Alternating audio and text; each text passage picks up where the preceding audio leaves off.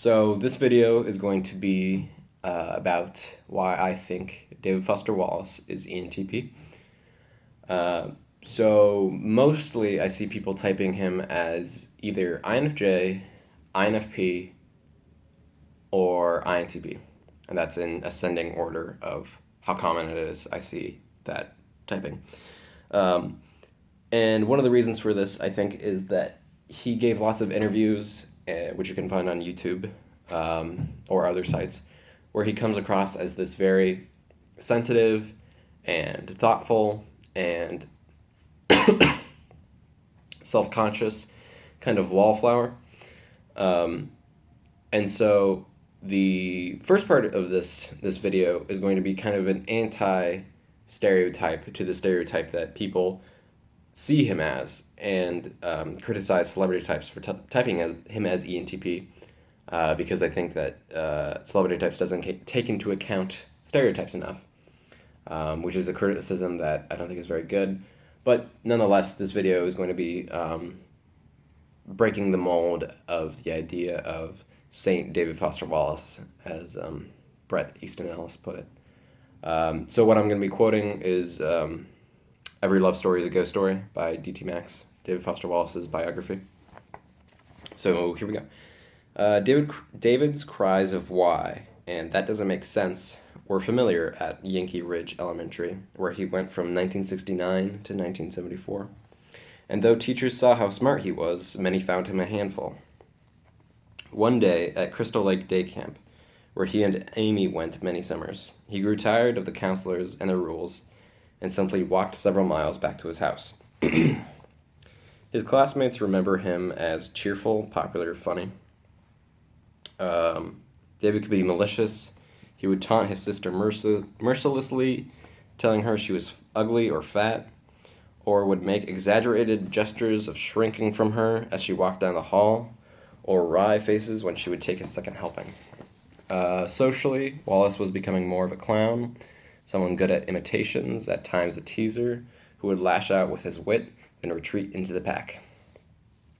Wallace's parodies sometimes offended. A piece he wrote about cosseted students at antebellum Amherst, arriving with their slaves, drew a protest from the Black Students' Union. So all of these kind of show that he was not really this withdrawing guy. He was kind of gregarious. He demanded reason, rational explanation from authority figures. His satires often offended, and he was not really that agreeable, which is a kind of a point off INFJ, INFP, and INTP. I see those types as probably INFP less so, but INTP and INFJ I see as more the most agreeable types.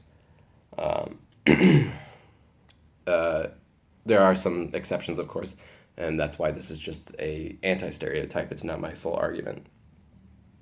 So he's more of this smirking satirist, which is typically the role of an ENTP, rather than this, Saint David Foster Wallace. So that's the anti-stereotype. Now I'm going to get into why I think he had extroverted feeling and why it was tertiary. I mean, not the reasons that this became tertiary, but why I think it is tertiary.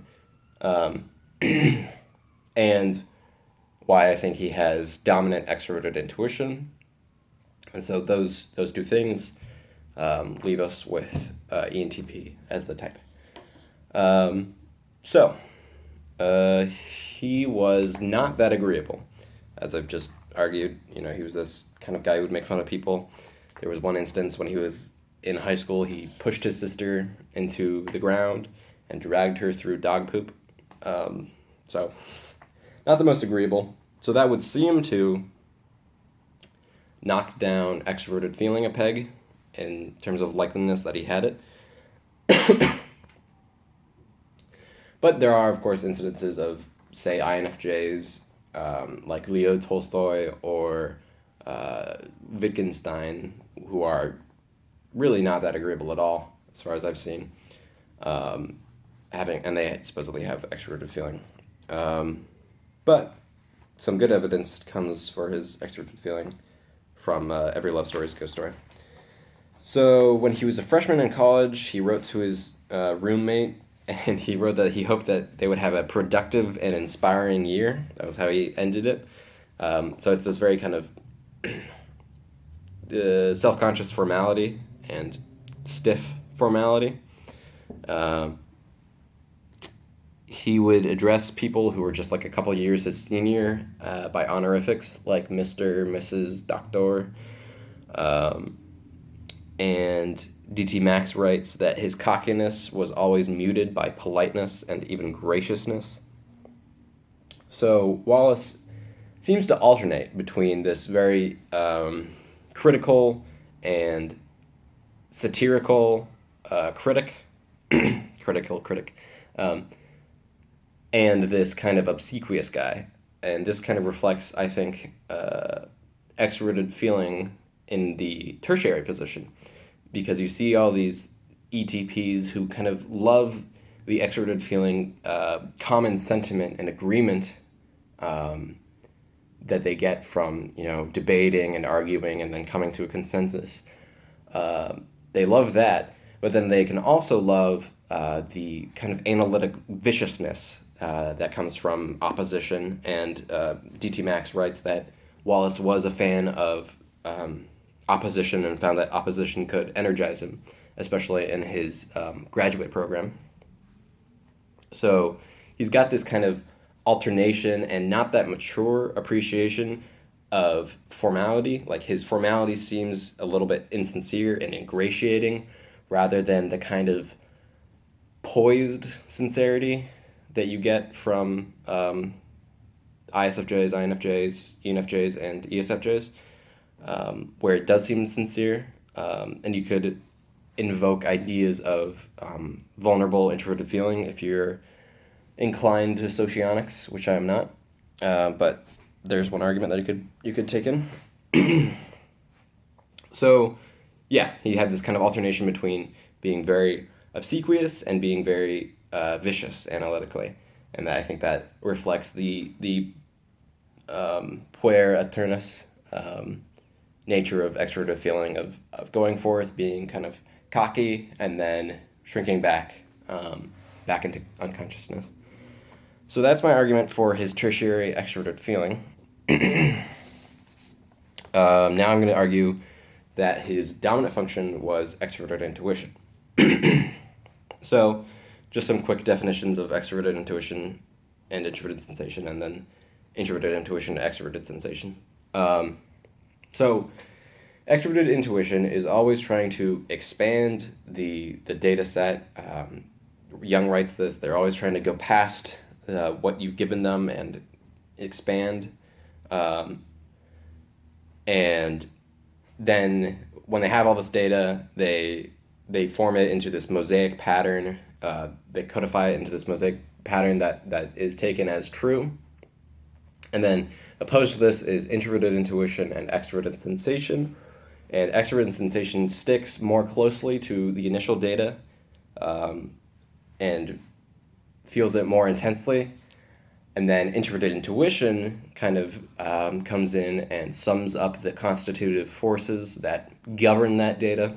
So yeah, that's those two. And extroverted sensation and introverted intuition have more of a laser focus, and they really dig into the topic and suck it dry, as Michael Pierce put it, while extroverted intuition is always sucks dry the initial data and moves to more data. So yeah, those are just some quick definitions. Excuse me. And so in his essay on is a review of Brian Garner's Dictionary of Modern American Usage. In his essay, Authority in American Usage, it's very clear that he's not introverted intuitive. He starts talking about language, then he starts talking about his family and defining the word snoot, which is just kind of a colloquial term for a prescriptivist. He compares the snoot's attitude towards non-snoots as like a religious conservative. So that's That's expanding the data set again.